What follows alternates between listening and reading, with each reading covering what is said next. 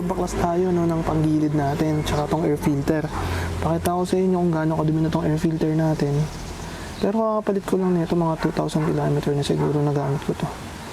Then yung panggilid natin mga sir, babaklasin natin. Pakita ko sa inyo kasi ma-maintain ko lang. Check natin kung ano na yung mga problema. Diretso natin baklas. So mga tools ko lang mga sir, ito lang mga ginagamit ko no. Itong impact wrench. Tapos to. Tsaka to. 22mm 19. So 19mm tsaka 22mm. Sa panggilid to, sa loob setup.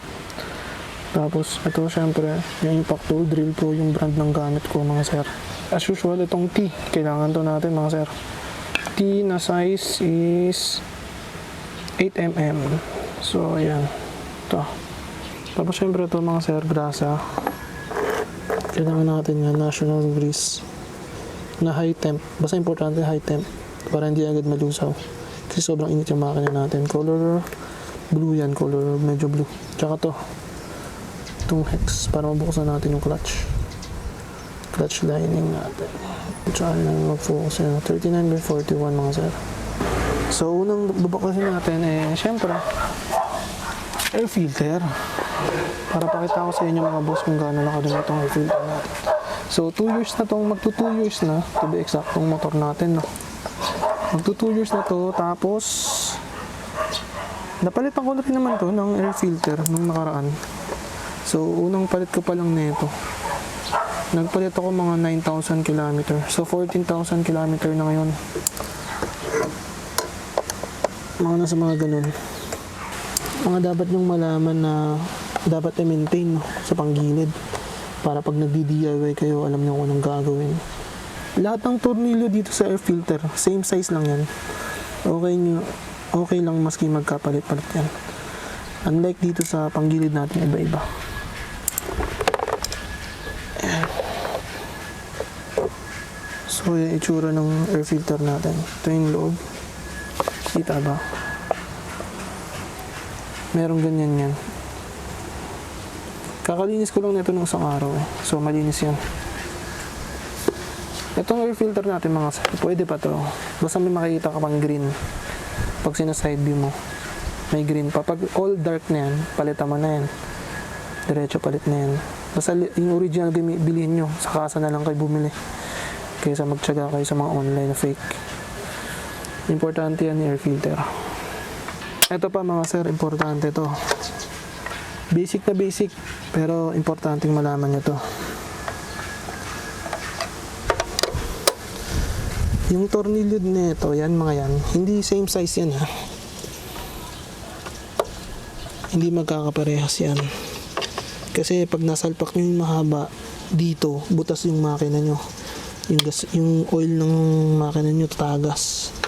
Napakalaking abala sa atin pagka nabutas yung makina dahil lang sa maling basic screw. Ito lalo na to kasi ang nakakabit dito mga sir tornilyo lang na maikli. Bakit ako sa inyo, luwangan ko lang mga to.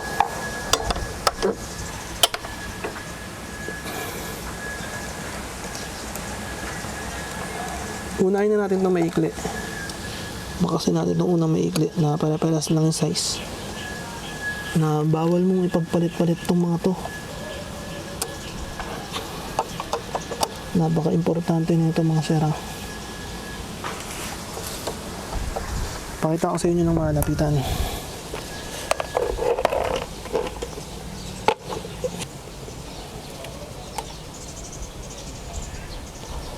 Ayan. Ito mga sir, itong tornilyo na to maikli lang yan.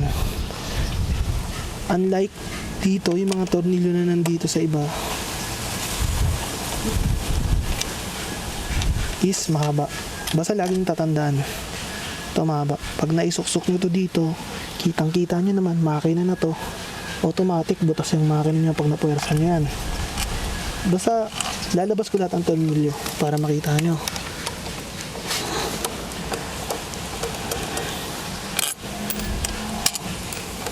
Ito sa gitna, 1, 2. Yung dalawang pinakamahaba dyan sa gitna. Yan pinaka basic na dapat yung tandaan. So pag natanggal nyo na lahat niyan, hilahin nyo lang. Ayan, ganyan kasimple. Ayan. Ayan loob, medyo madumi na nga eh. Kita ba mga boss? Medyo madumi na oh. Linisin natin yan no. Ito, huwag nitong mawawalain. Napaka-importante na itong bakal na to. Ingatan nyo rin yan. Ito mga sir, dito tayo sa basic. Mga tornilyo dapat natin tandaan. Ayan, basic tayo ah. So ayan, itong tornilyo na to mga sir. Sana isa, tatlo to eh. Itong maliliit, yan yung tornilyo na yan. Napaka-importante, huwag kayong magkakamali. Dito yan ah. Dito. 1, dito, 1, 2, and 3. Basta yung tatlo na pael, dyan mo sasaksak yung maliliit na tornilyo. Then dito, yan sa buong side na yan sa gilid. Ito, itong sa gitna. Itong dalawang mahaba, dito sa gitna yan, mga sir. Dito. Saka dito. Basta dito yung dalawa. Yung pinakita ko sa inyo. Mahabang tornilyo dito, tsaka dito.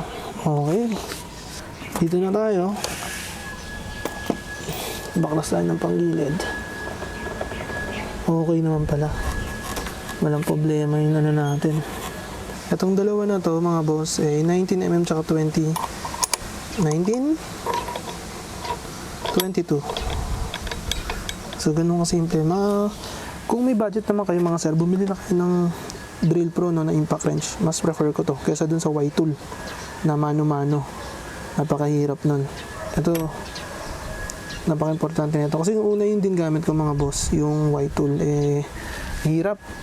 Nauuntog ako, dumudulas ako. Tapos pwede pa itong mawasak kasi dyan yung sinasabit yung Y-tool.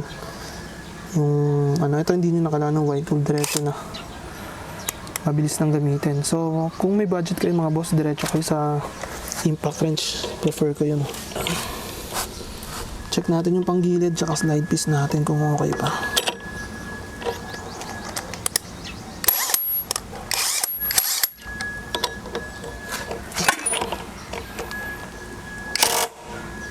Kita nyo alikabok, dumi.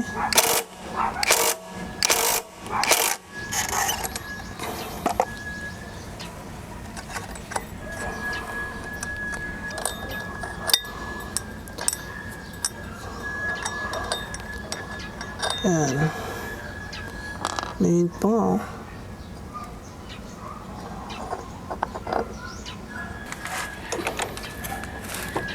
Napakabilis. Pagka may impact tool talaga kayo, mapapadali yung trabaho nyo.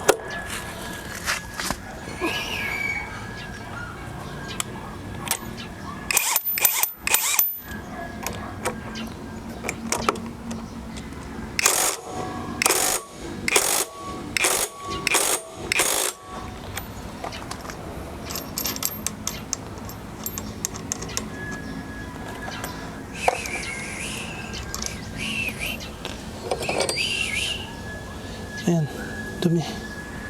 Kita ba mga boss? Dumi ah.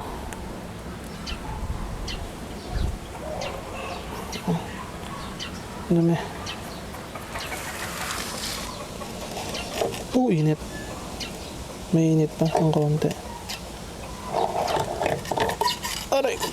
Mainit. Init siya.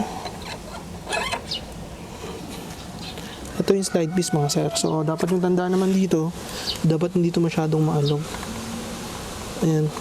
Which is yung sa akin okay pa. Tsaka, importante din, ito mga boss. Yung slide piece natin, kailangan niya matigas. Hindi siya basta-basta nakahatak. So, sa akin mga boss, nilagyan ko ng ganito. Yung sa mga lata ng Coke, para medyo humigpit siya muna. Pansamantala para hindi na tayo gumasos ng sobra-sobra. Ayan, masikip lahat yan. Kaya wala masyadong dragging. Kasi lumuluwang yan eh. Tulad na ito mga sir, nilagyan ko na siya ng ayan, metal. Kita nyo ba mga boss? Yan lang yung kinakabit ko. Tapos pasok mo to. Para sumikip ulit. Yan yung isa tip sa mga... Eto yun mga boss oh. Yan! Del Monte to. Aluminum. Yan yung ginagamit ko. Para sumikip siya. Gugupit lang kayo ng sakto. Ipit nyo sa slide piece. Para sumikip ulit. Ayan, kita nyo medyo madumi na siya talaga, no. Tapos yung mga sir, isa pa yung tip. Yung bola natin, no. Check nyo rin kung may gilid na. Wala pa mga boss. Okay pa yung panggilid ng bola natin. Wala pa panggilid. Isa pa sa mga tip ko mga sir, pag naglagay kayo ng bola, lalo na stock bola, ang paglapag nyo ng bola, ito mga sir, yung kabilang side nya, tsaka dito, pagpasok nyo ng bola, ilalagay nyo itong malaking side na to dito sa loob. Ayan. Para maprotektahan din yung bola nyo. Kasi basic lang naman, di ba? Sa ano natin, kumbaga sa logic, mas prefer na ganun para hindi masyado lumilin yung bola. Nakatutok dito. Kasi pag ito ang nilagay yung side, yung may silver, dito sa ganito, mapapansin nyo medyo gumagalaw yung bola. Ayan, gumagalaw, di ba? Gumagalaw. Unlike dito sa kabila, walang galaw yan. Hindi masyado maalog yan. Dito kasi may space. So pag binaligtad ko to, dito yung silver part, binaligtad ko. Itong black part, dito ko nilagay. So, hindi yan naalog. So, yun yung prefer natin. Kaya rin minsan nagkakadragging, dagdag din yun. Medyo baliktarin nyo na lang siya. Kasi minsan yung iba, pasok lang ng pasok. So, prefer natin, no. Sa akin lang, based on my experience to mga sir. Kasi nagdi-DIY lang ako parate. So, yung bola, imbis na ikabit mo ng silver part na paganyan, tsaka paganyan nga, which is gagalaw yung bola kaganyan yan. Siyempre, baliktarin mo na lang. Logic lang mga sir, di ba? Para hindi maalog yung bola. O di ganyan. O di mas walang alog. Mas safe pa yung bola mo. Di ba? Yun lang naman sa akin mga sir.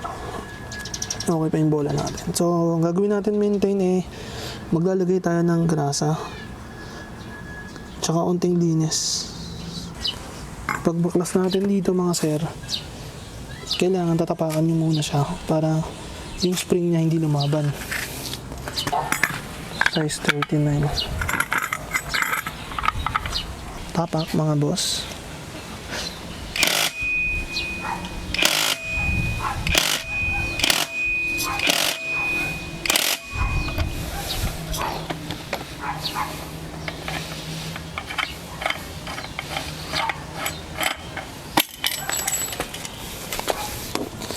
Yan. So, malaking tulong sa mga boss, no? Yung impact wrench. So, lilinisin ko lang kasi halos kakalinis ko rin lang neto, no? Chinek ko lang kung okay. Ito mga sir. Yan, gumaganyan yan, no?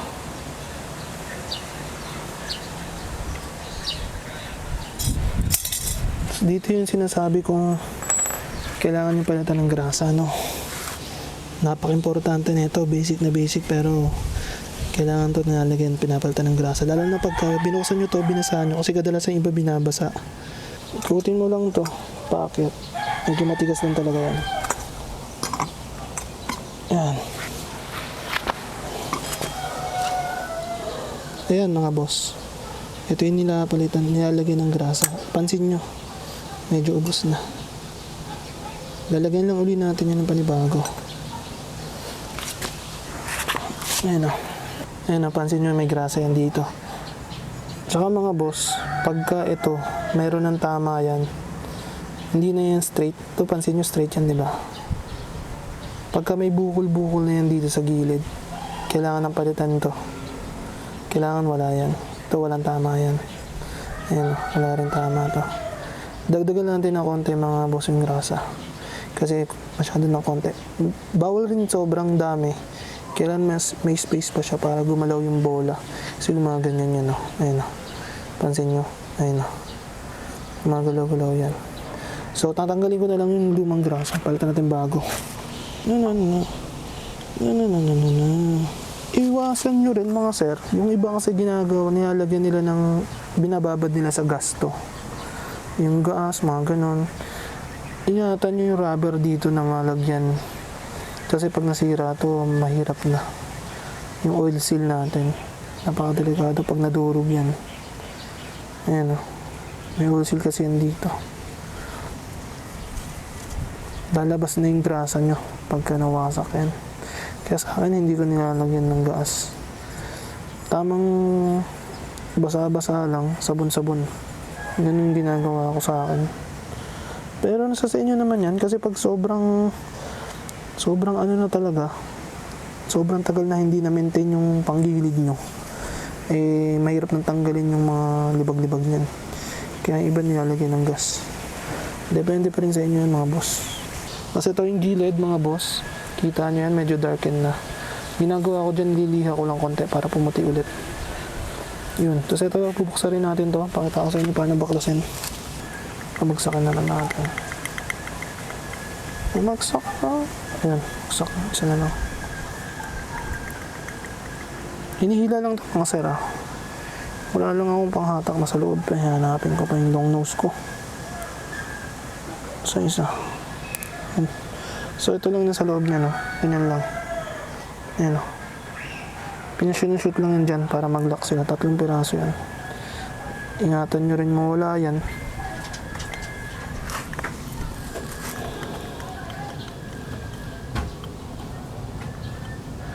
Yun, nahulog rin. Tapos makabaklas mo na to mga sir. Ayan. Kita nyo ba? Baklas na yung panggilid natin. Ayan yan.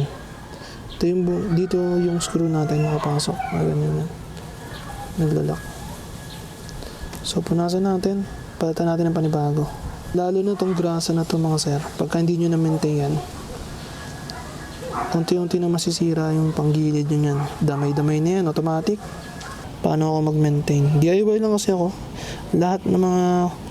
Hindi ako expert mga boss sa pag-maintain ng motor. Pero lahat to base experience ko. Yung tamang pag... Lahat to nang nakuha akong source sa internet, sa YouTube. In-apply ko lang. Tapos ginawa kong pang sarili kong maintain. Lagyan muna natin grasa yung loob. Kailangan nilalagyan din kasi yung grasa dito sa loob. Lagyan ko lang muna ulit ito. May bearing kasi ito dito sa loob mga boss. Yun nilalagyan natin. Yung tamang grasa lang ang laway nyo. Hindi rin sobrang maganda yun, sobrang dami. Yung sakto lang. Alam yung tama. Yan, ganyan. Tapos pasok na yan.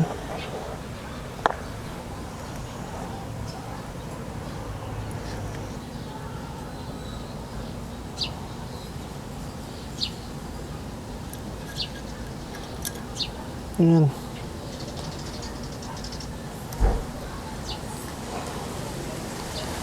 Ayun na, saka tayo maglagay ng grasa. Tsaka konting punas-punas. Ayan, sakto lang nilagay natin. Basta may space pa. Para makahinga. Siyempre, kailangan may space. Hindi makakahinga pag walang space. Tsaka nyo... Teka, mali. Lagyan natin ng konting grasa to. Lagyan natin ng konting grasa para pag pinasok hindi may hirapan, hindi masira yung rubber kasi di ba may rubber dyan, pinakita ko sa inyo kanina. Lagyan tayo konting grasa tapos yung excess, syempre automatic tanggalin, punasan na lang natin, no? Yan baba, ang paglapag nyan ikot, dahan-dahan.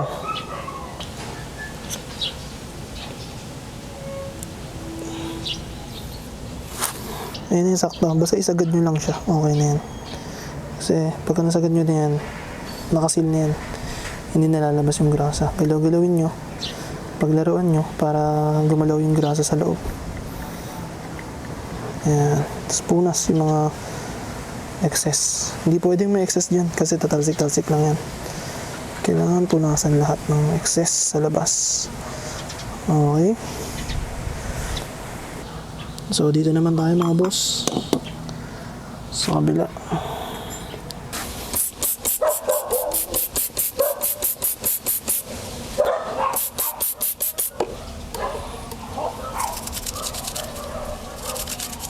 Ayan, tulad na ito mga sir. Ganyan lang pag gusto nyo sabunin. Sabon toothbrush lang. Tapos joy lang sa akin gamit ko. Hindi ko na nilalagyan ng mga powder kasi medyo matigas yun. Yung iba hindi natutunaw. Pag joy kasi di ba liquid na agad. Ayun, ganun lang.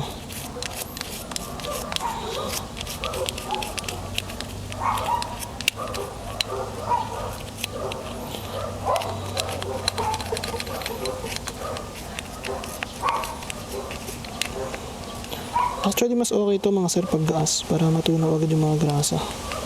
Kaya lang, okay na to sa akin. Kasi nime-maintain ko naman talaga. Nag-ano naman ako. Madalas naman ako mag-maintenance.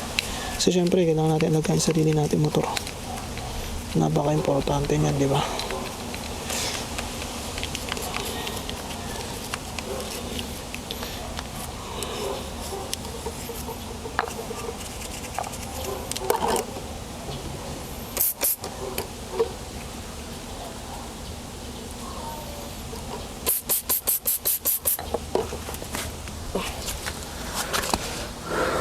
Sama na rin natin to.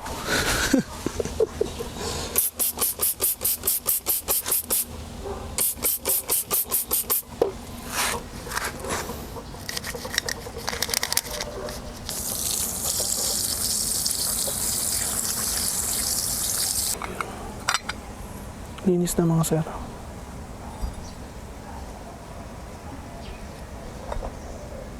Pwede na. Hugasan na rin natin to.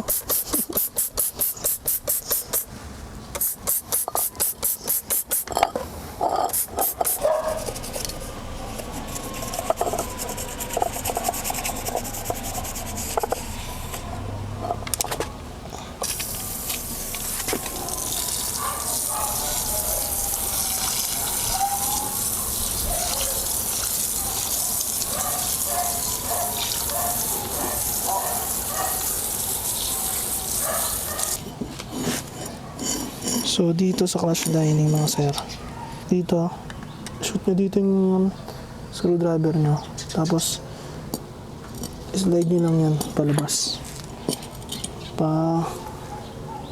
focus ba, focus pa ganun para umangat siya.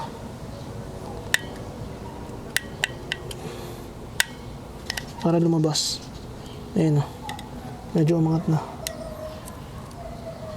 Ayan, hatak na siya. Ito, nakalabas na rin konti. Ito, hindi pa. Ganun lang mga sir. Pasok nyo lang yung screwdriver nyo flat. Slide nyo, pababa. Ganun lang ginagawa ko sa akin mga sir. Dahan-dahanin nyo lang. Pag ikakabit nyo, long nose naman ang kailangan. Narin ako dito eh. Dumalas yung... Huwag nyo wawalayin yan mga sir. Okay lang yan, kasi saan position nyo ikabit.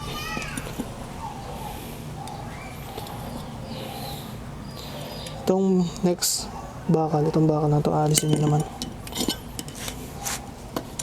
Medyo mahirapan, medyo matigas rin nagbaklas na ito eh. Pero pag nabaklas nyo naman, okay na. Nalagyan din kasi natin ng grasa yung loob. Ayan, lumabas na. Unti-untiin nyo.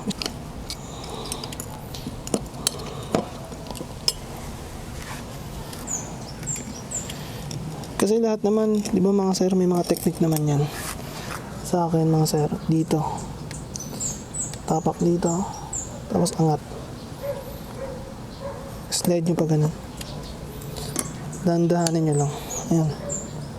Kita nyo pa mga sir, tanggal. Kanya-kanya kasing technique talaga to eh. Ayan, tulad nun. Ganun lang, i-slide din mo lang. Dahan-dahanin mo lang. Screwdriver lang. Takan mo. Magagasgas lang siya ng konti. Pero okay lang. Hugasan ko na rin ito mga sir. Ang lalagyan natin ng grasa dito, ito lang naman.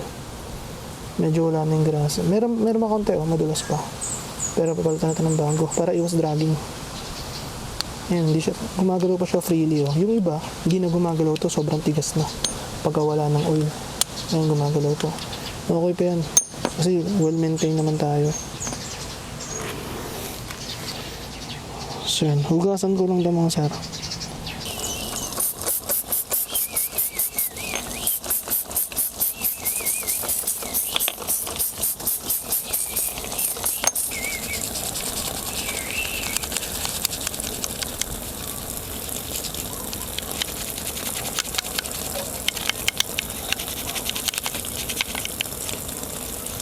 Tanggalin lang natin yung mga nabuong dumi para hindi maipon. Ito mga sir, kadalasan nililiha ko to. Pwede nyo itong lihahin para pumuti, matanggal yung dulo, yung itim-itim. Pero okay na sa akin toothbrush no. Tingin ko okay na to. Pili kayo sandpaper, lihain nyo para matanggal lang yung dulo nya. Next time lilinisin ko ito ng matindi. Nahabol ko lang yung oras. Kasi magagabi na wala kami ilaw dito sa labas. As usual, punas-punas.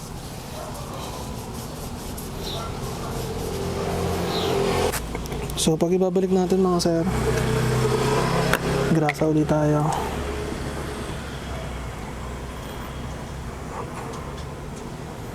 Ayan. Lapag lang. Basta importante lahat yan, pabilog magrasahan mo. Pinaka basic na basic lang to mga sir eh. Pero napaka importante. Nagagrasahan yung mga panggilid natin. Parang laging magandang takbo no. Napaka importante talaga yan.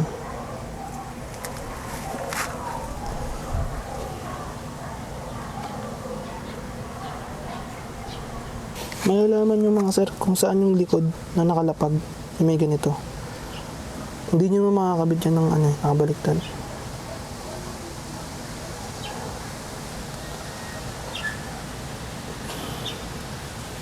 Bali mga sir, pagka kinabit nyo yan, itong black na rubber na to, dito to tatama. Ito. Pag pinasok nyo yan, yun yung tatama. Ayan, nakaganyan. Kaya hindi nyo mababaliktad yan mga boss.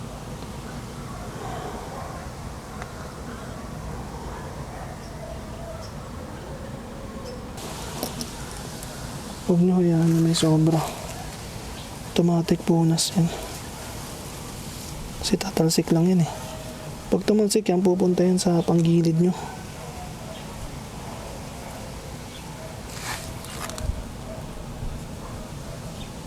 Ayan.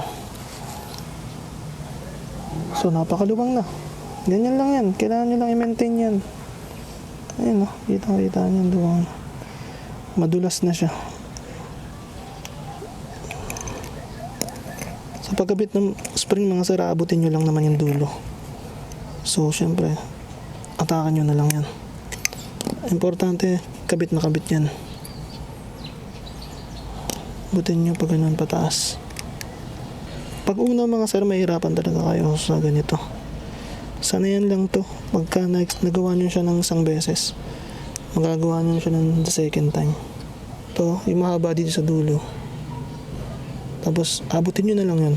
Medyo matigas kasi yan. Kailangan medyo lalakasan nyo. Buong puwersan nyo. Tulak nyo para ma-shoot siya dun sa dulo. Yan. Check nyo yan, maigi mga sir, double check nyo. Kailangan naka-diin talaga yan, nakasalpak. Makikita mo sa ilalim. Tsaka natin lalapag itong bakal no.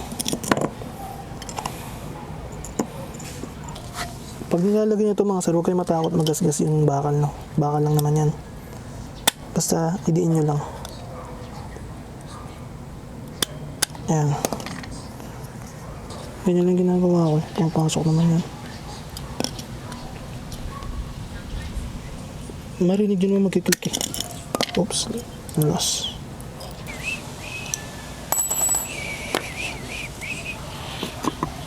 Sarado na natin ito mga sir. Ito na.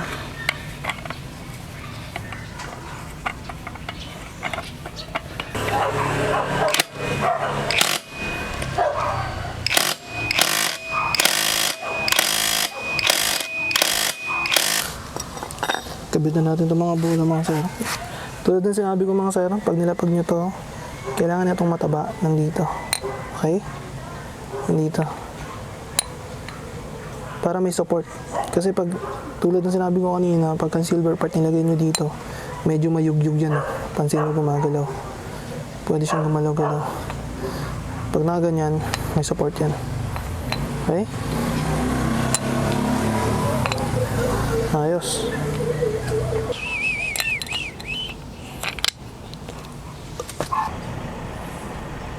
Gawin ng grasa, konti. Tsaka ng sulfacto. Automatic mga boss, pati dito, punasan nyo ng sobrang grasa.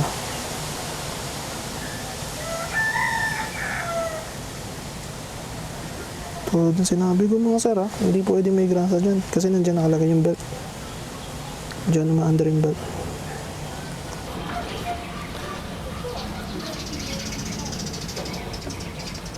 Kaya ako rin mga sir nilalagyan ng grasa maski konting-konti para hindi mag-stack up yung panggilid na. Minsan kasi nag-stack up yan hindi mo mababaklas. Kaya importante may grasa pa rin yan kahit pa paano para hindi kalawangin. Yan. Para hindi mag-stack up dun.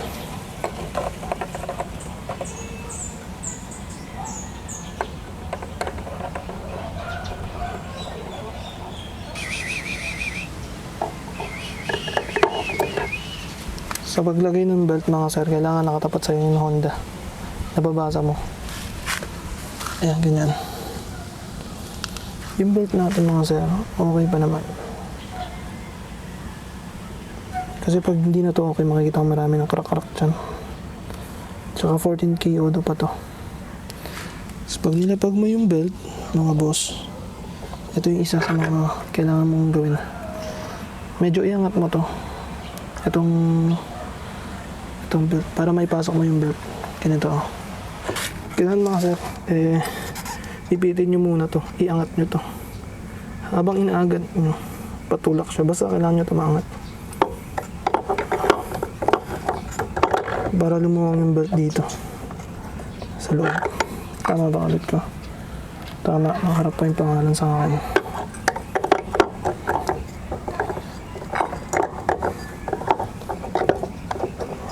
So para magawa nyo mga sir, habang inaangat nyo siya, iniikot nyo rin pag ganun. Habang inaangat nyo ito, iniikot nyo pag ganun. Para umangat siya. Para lumuwang dito. Ayan, kita nyo maluwang na to. Zoom ko ulit.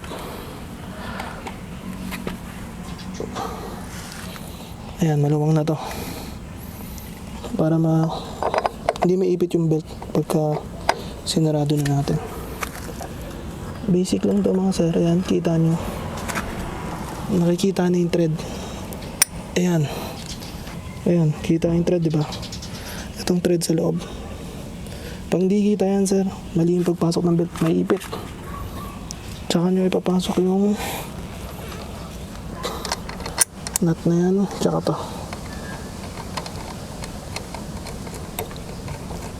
Yun, ganun kasimple.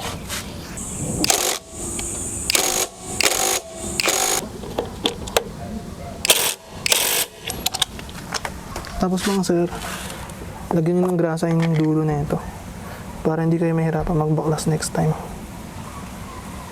Para hindi kalawangin. Nakaraan dati, hindi ko kasi ito nalagyan ng grasa.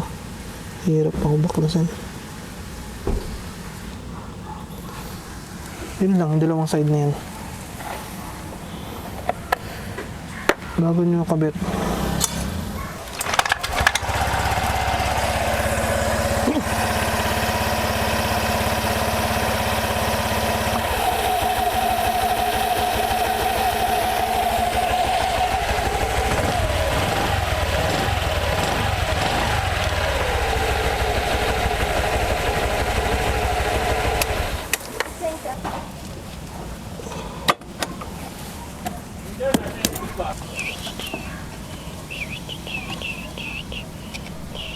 So yun na nga mga sir. So ito na, kakastart lang natin ng makina.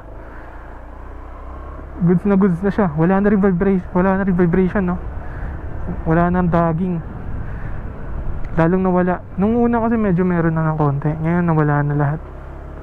So mas prefer ko yung nagdi-DIY kayo mga sir, no? At least di na kayo kailangan pumunta sa mga mekaniko. Kayo na lang sarili. 1 hour lang. Usually 1 hour ako, 1 hour matatapos yung ganong klaseng paglilinis eh. Bagong linis ba naman eh. Oh? Ito mga sir yung ilaw natin. Kinabitan ko na kasi ng mini driving light din to, no. Bali, kung ako tatanungin, no mga sir, kung kailangan nyo pa ba mag-upgrade ng mini driving light, kailangan na kailangan mga sir. Importante yan. Napaka-importante. Kasi ito mga sir, wala tayong mini driving light, diba? Yan ilaw natin, yan yung max na ilaw. Ito yung bright, ito yung low, bright low. Pero tingnan nyo mga sir, pagka nag mini driving light tayo, no, boom. Ganyan ka lang kasi mini driving light mga sir. Actually malaking tulong siya mini driving light. Kasi talagang maliwanag siya, makikita mo agad kung may lubak ba. Kasi pag naka-off, tingnan nyo naman mga sir, ayan, ganyan lang siya. Yan yung maximum niya na ilaw, ganyan lang. Pag ina natin, boom. Pagka high naman, boom. Yan yung high. High, low. So diba ang laki ng tulong mga sir? Pag naka mini driving light ka na ganyan,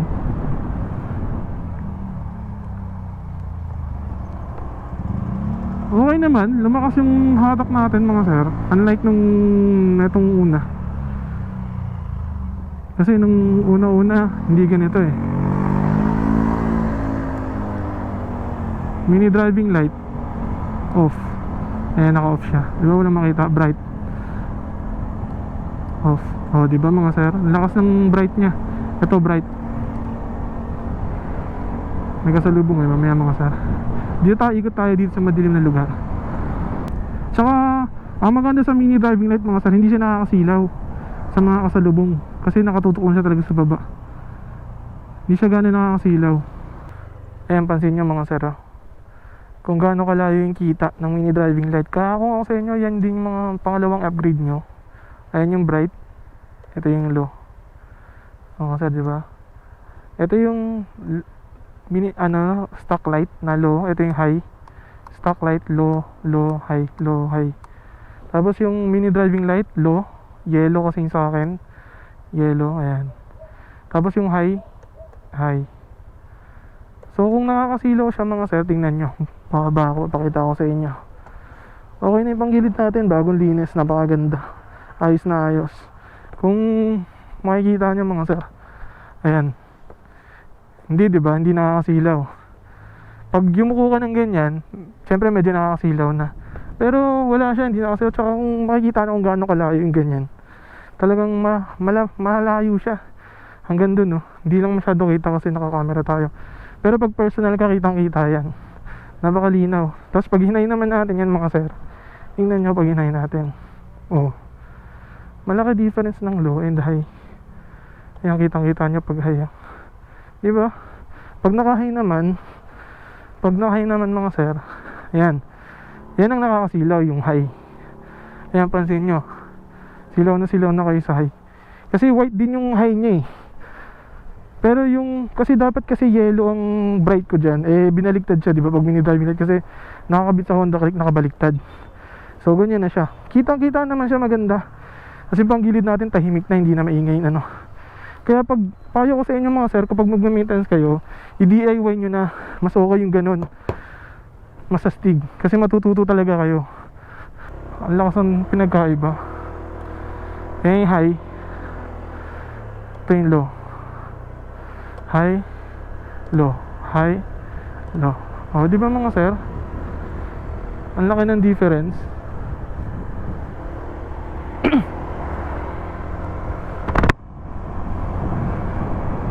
Kasi hindi pa siya nakakasilaw. Okay na sa akin yung sa baba, yung low niya na mini driving light sa baba, kesa naman sa taas, at least hindi nakakasilaw pati sa kasalubong ko.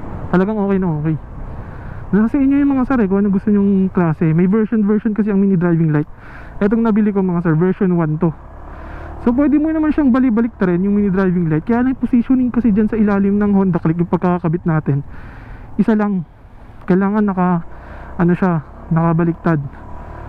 Nakapabaliktad, nakapatayo. Kaya yung mini driving light napunta dito sa ilalim. Kaya depende sa inyo yung mga sir. Ito yung high ito yung low, high, low. Kaya depende sa inyo yung mga sir, kung ano yung magiging position ng ilaw nyo. Tanungin nyo na lang kung magpapakabit kayo kung anong gusto nyong ilaw ng mini driving light, kung taas ba or yellow ba sa baba or bright ba yung yellow.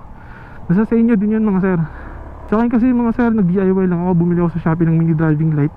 Medyo mahal pa nga bili ko. If I'm not mistaken, 1,000 pa. Tapos na-stock siya sa akin for almost 4 months or 5 months. Tsaka ko lang siya naikabit. Kasi DIY lang yung pagkakabit natin eh. Yun. So, kung nakatulong tong video natin mga sir, subscribe naman tayo. Kung may onting natutunan naman kayo kahit pa paano, subscribe tayo, like, comment, and subscribe naman mga sir. So, until next vlog. So, see you!